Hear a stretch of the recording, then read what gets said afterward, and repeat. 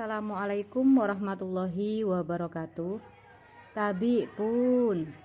Perkenalkan, saya Sri Setioningsih, guru matematika di SMP Negeri 1 Bunga Mayang, peserta pendidikan guru penggerak angkatan 6 dari Lampung Utara, Provinsi Lampung. Berikut adalah video aksi nyata sesi berbagi modul 1.4 budaya positif.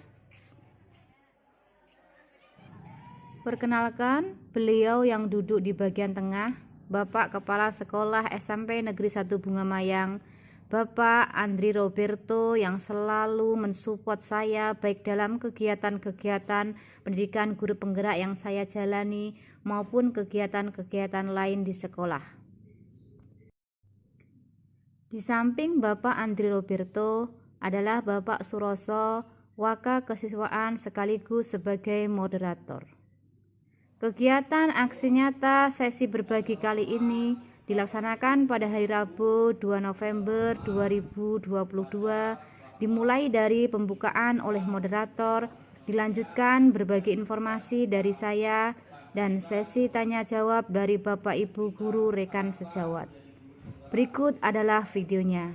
Selamat menyaksikan. Di samping kiri saya yaitu Bapak Kepala Sekolah Bapak Andri Roberto. Sedangkan yang paling ujung inilah Ibu Sri yang menggunakan kacamata yang terlihat senyum dan cantik. Assalamualaikum warahmatullahi wabarakatuh. Waalaikumsalam warahmatullahi wabarakatuh. Tabi pun. Iya pun. Alhamdulillah. Sebelumnya Allah Subhanahu Wa Taala, karena dengan rahmat dan hidayahnya kita bisa berkumpul di sini dalam sesi berbagi calon guru penggerak dalam keadaan sehat walafiat. Yang keduanya, sholawat serta salam kita haturkan kepada junjungan kita Nabi Agung, Nabi besar Muhammad Sallallahu Alaihi Wasallam yang selalu kita nantikan syafaatnya di yaumul qiyamah. Yang pertama, hadirkan diri Bapak Ibu sepenuhnya, ya. Waktunya, terima kasih sudah datang ke sini, ya. Kita fokus, kita manfaatkan waktu yang sebentar ini dengan semaksimal akhir, ya, untuk komitmennya. Silahkan mencatat jika ada yang akan kita capai dalam kali ini, ya.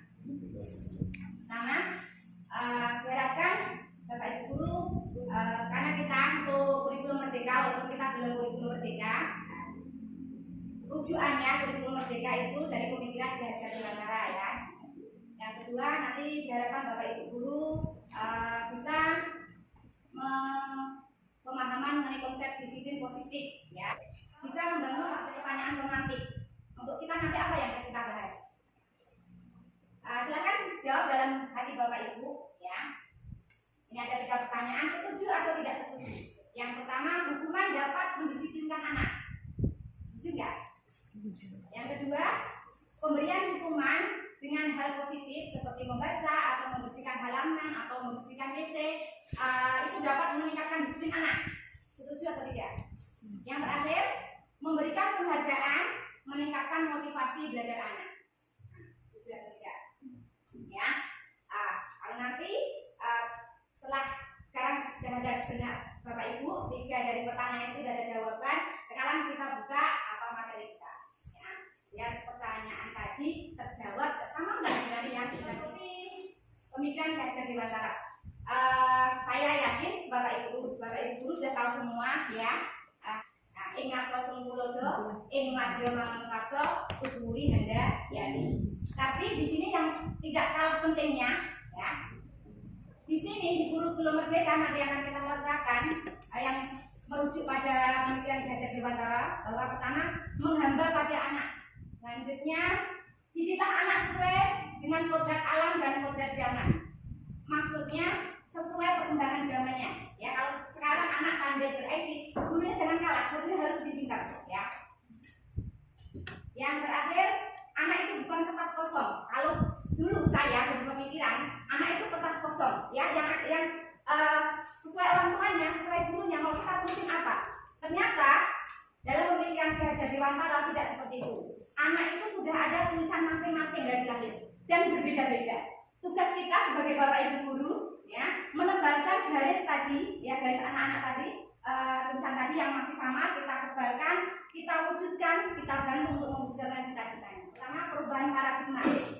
Saya membutuhkan 2 relawan ya bapak ibu guru untuk praktek role model ya. Yang pertama sebagai A dan sebagai B. Tulisan di depan jelas bapak ibu ya. Berikut adalah praktek perubahan paradigma yang dipraktekkan oleh Bapak Ibu guru, yaitu Bapak Amiril dan Ibu Emma Marleni. Ini ada sesuatu yang digenggam gitu ya. Di salah satu tangan ini yang mau genggam Mbak Emma aja ya. Kayaknya harusnya Mbak Emma daripada genggam ya. Silakan. Bu Emma, di tangan kamu kan ada kertas. Kertas itu kan berwarna putih. Jika diizinkan, coba kamu buka kertas itu. Akan saya tulis kata-kata untuk kamu.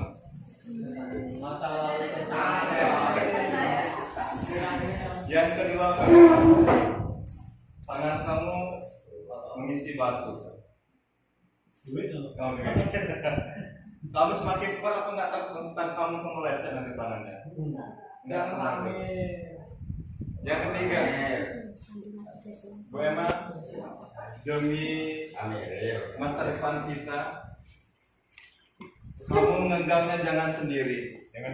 Iya, kita bersama-sama untuk menggenggamnya biar berjalan dengan lancar. Jadi kita megangnya bersama-sama, jangan kamu sendiri.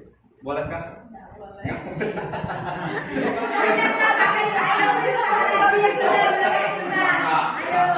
Tidak mungkin. Iya, tidak mungkin Bu Emma bisa berjalan dengan sendiri kalau tidak berdampingan Bu Emma. Jadinya kan harus bersama-sama biar berjalan semuanya. Jadi kita harus bersama-sama, genggam kertas itu bersama-sama Bu Emma.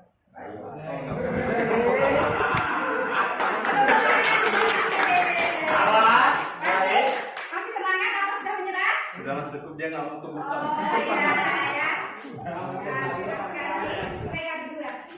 Kalau teman mau itu karena ajakan kita, bukan karena takut sama kita atau karena kita ngatur kebebasan dia, nggak, karena dari hatinya dia pengen, karena pemegang kontrol tetap diri kita sendiri.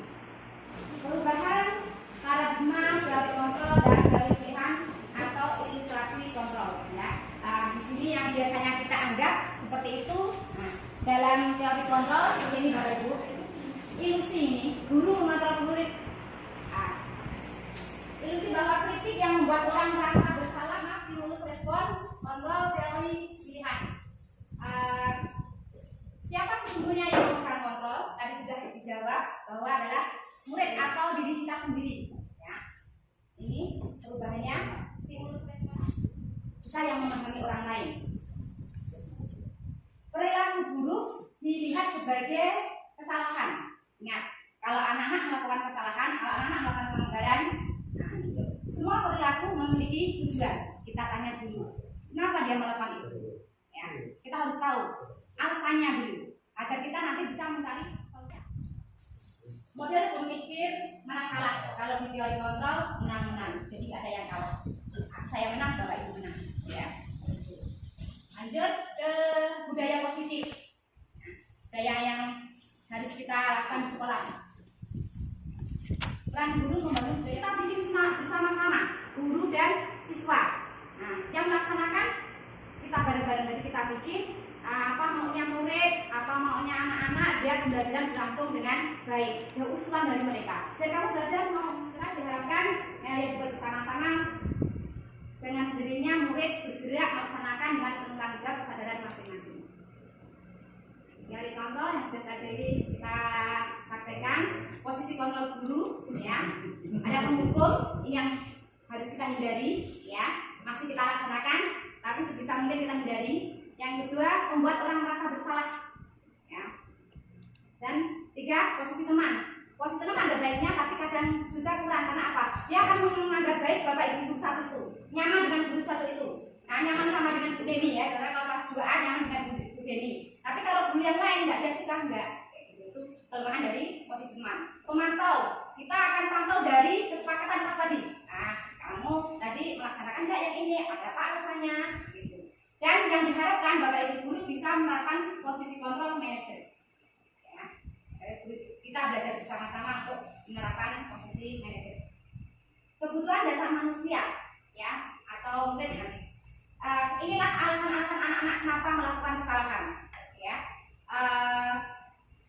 Karena kita ingin ada kebutuhan dasar yang tidak terpenuhi. Di antaranya bertahan hidup, penguasaan, ingin berkuasa, ingin menang sendiri, rasa sayang dan rasa diterima itu masih kurang.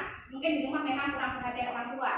Kesenangan, mereka senang kalau menjadi temannya, mereka senang kalau melihat temannya susah. Dan kebebasan. Untuk mengantisipasinya, kita punya solusi namanya restitusi, segitiga restitusi. Tahapannya, ya, yang pertama menstabilkan identitas. Kalau sudah kita bikin kesepakatan kelas, tapi ternyata masih melanggar, nah, kita nggak akan lihat kehukuman Bapak Ibu, karena di sini kita nggak ada hukum. Sebisa mungkin nggak ada hukum, nggak ada kekerasan, ya. Kita dengan tindakan segitiga restitusi. Tahapannya yang pertama menstabilkan identitas, ya. Asal anak salah, kita panggil. Maksudnya anak masih marah, egonya masih kuat. Nah, kita stabilkan dulu. Identitas ini validasi tindakan kebutuhan. Yang ketiga menanyakan keyakinan. Ini contoh-contoh model kalimatnya. Ya nggak harus sama tapi bebas, intinya seperti itu, ya. Berbuat salah itu tidak apa-apa. Tidak ada manusia yang sempurna, nah. Dapatkan biar mereka kalau udah kamu salah dihukum, itu paradigmanya anak itu gagal. Anak itu udah aku salah, aku berarti gagal. Kalah kita rangkul. Ibu tidak tertarik dengan siapa yang salah. Tapi di sini kita mau mencari solusi. Yang tahapan yang kedua, validasi kebutuhan tindakan yang salah. Kebutuhan kamu pasti punya alasan mengapa melakukan itu.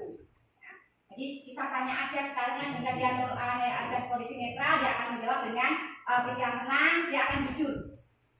Nah, yang terakhir menanyakan keyakinan kelas. Nah, dengan sikap seperti itu tadi, menyalahi keyakinan kelas kita yang mana. Terus solusinya apa? Diusahakan anak menyadari dan tahu kesalahannya. Kita hanya memancing-mancing, akhirnya mendapatkan solusi yang anak itu menemukan solusi, ya, sesuai filosofi Ki Dewantara yang awal tadi, ya. Agar anak dapat mencapai keselamatan dan kebahagiaan yang setinggi-tingginya. Ya, tujuan kita seperti itu, ya. Sebagai makhluk pribadi, manusia pribadi maupun anggota masyarakat. Demikian, ya. Satu, Bu Isdi ya. Ini adalah sesi tanya jawab oleh Ibu Isdi Ningsih dan Bapak Yang Rosid kedua Daryanto. dari Pak. Oke, Pak Rosid. Ini yang bertanya Bu Isdi. Kami persilakan Bu Isdi. Pertanyaannya apa? Pertanyaannya begini ya, kapankah kesepakatan kelas itu sebaiknya dibuat?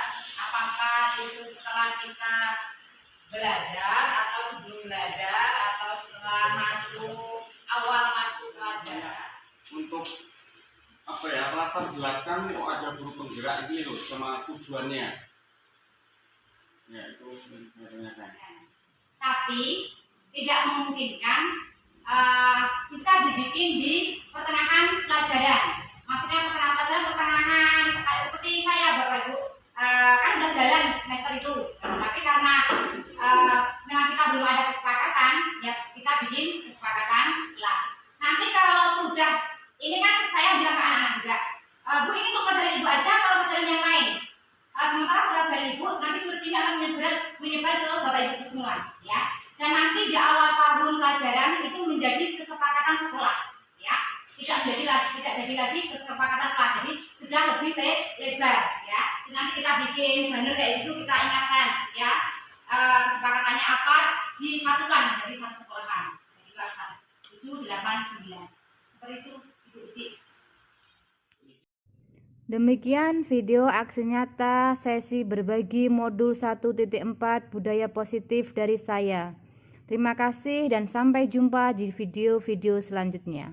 Wassalamualaikum warahmatullahi wabarakatuh.